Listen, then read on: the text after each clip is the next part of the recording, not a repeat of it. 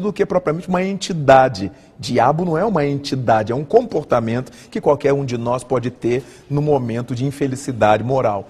De maneira que é muito importante nós saibamos que os espíritos não estão só no centro espírita, ou só no terreiro de Umbanda ou de Candomblé. Os espíritos estão em toda parte. Não é à toa que os velhos romanos tinham um culto aos deuses lares.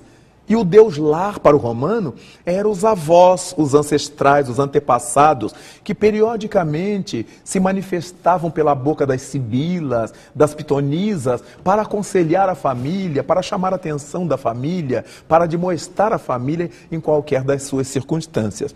Os gregos falavam com seus deuses pela boca das pitonisas, dos pitons. Então essa relação dos espíritos com a criatura humana é tão antiga quanto antigo é o mundo.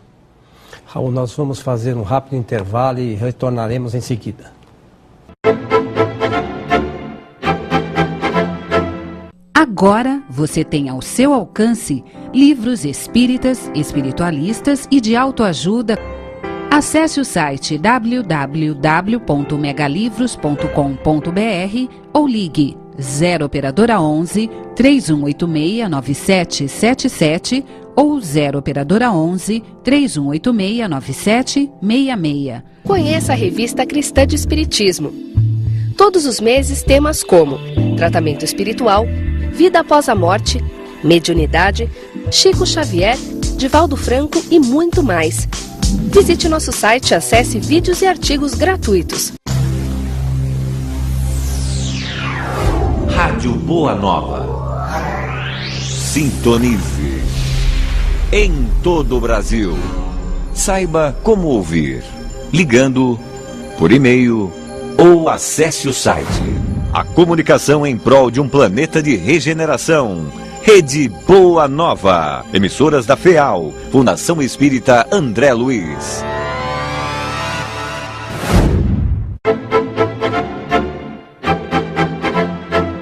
Estamos de volta com o programa Transição, a visão espírita para um novo tempo. Hoje com a presença de Raul Teixeira, esclarecendo alguns fatos e perguntas encaminhadas pelos nossos telespectadores. Antes de retornarmos às questões, Raul, eu gostaria que você falasse do que trata o seu livro, Quando a Vida Responde, da editora Frater. Quando a Vida Responde, se propõe a responder a algumas perguntas das entrevistas que nos foram feitas em várias partes do Brasil e do mundo, com temas muito palpitantes, com temas muito momentosos, como é a questão do casamento entre homossexuais, da legalização dessa relação, como é a questão dos embriões congelados, das células-tronco embrionárias, e como fica a questão do mundo espiritual, a sua localização, e uma série de outros quesitos da vida social, de outros temas da vida cotidiana que suscitam a curiosidade das pessoas. Para os nossos amigos de casa, eu gostaria que você falasse rapidamente sobre o Remanso Fraterno, o lar que você auxilia lá em Niterói. Quando fundamos o Remanso Fraterno em nossa cidade de Niterói, fundamos com a intenção de dar apoio às famílias carentes materialmente, socialmente, para que os pais pudessem trabalhar com tranquilidade e durante todo o dia seus filhos estivessem em boas mãos.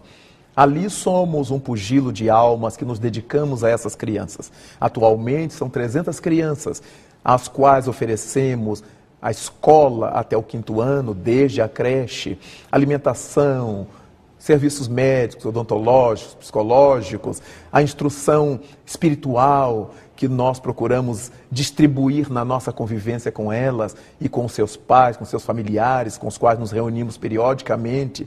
É um pugilo de almas que se dedica a fazer o melhor nas suas horas, que poderiam estar descansando, passeando, a essas comunidades carentes. Remanso Fraterno é a escola que o Papai do Céu nos deu para que nós treinássemos em loco esse amor que pregamos na tribuna, para que servisse de respaldo à nossa palavra, para que não falássemos ao vento, para que falássemos aquilo que a gente está fazendo esforços por realizar. O Remanso Fraterno, de fato, é a nossa obra que nos ajuda a entender melhor o ser humano e amar a Deus acima de todas as coisas. Retornando aqui às nossas questões, Raul, o Espiritismo será a religião do futuro? Olha, é muito séria essa questão e eu afirmo que sim. Os Espíritos disseram que sim, mas ninguém precisa se assustar nem se preocupar, porque não estamos querendo dizer que todas as pessoas passarão a frequentar centros espíritas, mas o fato é que o Espiritismo não tem teólogos, logo ele não inventou nada. Todas as orientações do Espiritismo provêm do mundo dos espíritos. Foram os seres que vivem governando a humanidade, inspirando a humanidade, que trouxeram à Terra o Espiritismo. E por causa disso, todos os seus ensinamentos são calcados nas leis da natureza. O Espiritismo se apoia em 5 pontos fundamentais, quais sejam a existência de Deus, a existência e imortalidade da alma, a pluralidade das existências, que Allan Kardec chamou de reencarnação, a pluralidade dos mundos habitados e a comunicabilidade dos espíritos. Se pararmos para pensar, todos esses pontos foram enunciados por Jesus Cristo. Jesus falou sobre Deus, nosso Pai, não é? Jesus falou a respeito da nossa imortalidade, quando nos disse que nós não sairíamos da terra enquanto não quitássemos o último ceitil. Não é? Jesus falou que todas as coisas que ele fazia nós poderíamos fazer no futuro, naturalmente, porque hoje é impossível. Então ele lança seus ensinamentos para a vida futura. Foi Jesus Cristo que nos disse no Evangelho de João que há muitas moradas na casa do Pai, a pluralidade dos mundos habitados. Foi Jesus Cristo que nos falou da comunicabilidade dos espíritos, porque foi ele que expulsou os espíritos dos desencarnados que perturbavam. Foi ele que conversou com Elias e Moisés no Tabor. Então, todos os princípios da doutrina espírita estão calcados no ensinamento de Jesus. E quando Allan Kardec chamou a pluralidade das existências de reencarnação, nós encontramos também isso na voz de Jesus, quando os discípulos lhe perguntam se não era necessário que viesse Elias. E ele diz que, em verdade, Elias já tinha vindo, e os homens fizeram com ele tudo quanto quiseram, tudo quanto lhes aprouve. A mesma coisa fariam com o Filho do Homem. E os discípulos, narra Mateus, entenderam que Jesus se referia a João Batista. Então, em outro momento, ele pergunta aos discípulos: quem os homens dizem que eu sou? E respondem seus discípulos: Senhor, uns dizem que tu és Elias, outros falam que tu és Jeremias, outros falam que tu és João Batista, um dos velhos profetas que voltou. Ora, se todo mundo sabia que ele era filho de José e de Maria, ele era chamado Jesus, filho de José, Yahshua ou Yeshua ben Yosef, como é que acreditavam que ele fosse Elias? Ele tinha 30 anos à época, então só podia ser Elias num corpo jovem. Por que imaginavam que ele fosse Jeremias, um dos maiores profetas de Israel? Só se fosse num corpo jovem. Por quê? Porque tanto Elias quanto Jeremias saíram da terra ou faleceram velhos. Elias se acredita que não tenha morrido, que tenha sido guindado ao reino dos céus numa carruagem de fogo. Não importa. O que importa é que ele era velho quando desapareceu da terra. Jeremias também. Ou um dos velhos profetas que voltou. Então o povo acreditava na pluralidade das existências. Muita gente diz que não crê na reencarnação porque não existe essa palavra na Bíblia. E quando se diz isso, se dá um testemunho de falta de cultura. Porque nenhuma das palavras que estão na Bíblia em português eram da Bíblia original. Nós estamos diante de traduções, uma depois da outra. O aramaico era uma língua muito pobre, que foi para o hebraico, depois para o latim, e da Vulgata Latina é que nós traduzimos para as outras línguas. Então é óbvio que ninguém pode dizer não acreditar numa ideia, porque essa palavra não estava na Bíblia, ou não está na Bíblia. Então, não pode estar na Bíblia, porque ela foi criada por Allan Kardec no século XIX, de modo que é necessário que as pessoas pelo menos tenham um pouco mais de inteligência. Ora, como todos os princípios da doutrina espírita estão calcados na lei da natureza, todas as religiões terão que adotá-las, adotar as leis da natureza. todas as crenças se apoiarão nas leis da natureza. E quando fizerem isto, se equalizaram com o que hoje faz o Espiritismo, apoiar-se nas leis da natureza. Quando apoiamos as nossas afirmativas, os nossos princípios, a nossa crença, a nossa fé nas leis da natureza, não corremos o risco da ciência desmenti-las, dos fatos cotidianos desmentirem.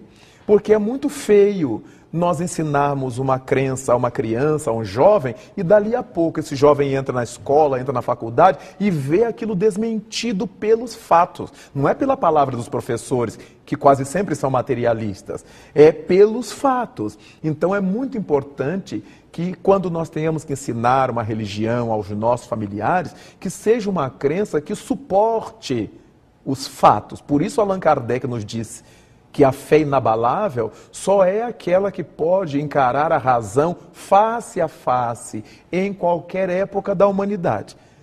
Se os princípios de uma crença religiosa enfrentam o conhecimento científico, não dizendo que ele é mentiroso, mas assimilando-o para melhor entendimento da vida, obviamente essa crença é racional, essa crença é fundamental. E todas as religiões, sem sombra de dúvida, terão que adotar, mais dia menos dia, as leis da natureza. Porque ninguém suportará acreditar em alguma coisa, porque o teólogo A ou B acaba de dizer. Nós temos que acreditar naquilo que o nosso discernimento conseguiu assimilar, aquilo que a nossa inteligência conseguiu entender, lógica e claramente. Raul, e no momento em que o espírito, depois de encarnado, chega numa condição evolutiva mais favorável, para onde ele segue, Raul? Quando nós temos uma criança numa escola e ela conclui aquele curso, cabe a seus pais colocarem numa escola mais desenvolvida, até que ela chegue à universidade e daí faça suas pós-graduações. Obviamente que a Terra, sendo um mundo ainda muito rudimentar, um mundo de provações, de expiações, quando nós concluirmos o aprendizado daqui, uma vez que Jesus Cristo disse que há muitas moradas na casa do Pai, nós seremos guindados a uma instituição planetária mais desenvolvida que a Terra. Não importa como se chame este mundo, mas o fato é que Deus terá sempre uma escola mais avançada para que nós caminhemos em sua direção.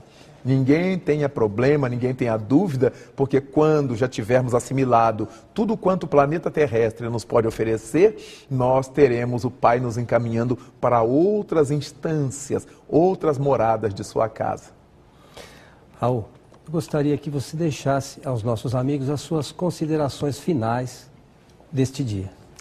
Gostaria de saudar a todos aqueles que nos ouvem, espiritualistas ou não, para que nesta oportunidade do mundo tão conflagrado, tão complicado, de tanta corrupção, de tanta tragédia, de tanta imoralidade, de tanto desgoverno, que nós todos nos pudéssemos unir em torno da ideia de Deus, o Deus amor que vibra em nós, o Deus, o Pai nosso que está nos céus e que pode ser contemplado pela observação das flores, dos pássaros, do mar encapelado, do lago calmo, do luar, do pôr do sol, da nossa criança gárrula que corre, do nosso velho que conta histórias, que nós possamos ver Deus em cada um dos nossos semelhantes, em cada uma criatura que cruze conosco pelas estradas da vida, que possamos de fato exercitar essa prática do amor, que não se trata de pegajosidade, de agarrarmos aqui ou ali, mas esse amor, dedicação, como um cientista que está trabalhando por uma humanidade que ele não sabe nem quem é. Ele está produzindo para alguém que ele não sabe quem seja, a medicação, a vacina, a tecnologia mais nova. Então que cada qual de nós que se assenhoreia da fé religiosa, que se deixa levar por esse sentimento do divino, que possamos nos unir mais em torno desse amor que nós pregamos tanto, para que a terra seja menos violenta, menos ácida, menos áspera, para que todos nós possamos nos dar as mãos, independentemente da maneira como cremos e louvamos a Deus, porque em verdade todos os nossos caminhos nos levarão ao grande Criador, aquele que não é contra nós, é por nós, disse Jesus. Que todos sejamos por Ele, pelo Cristo.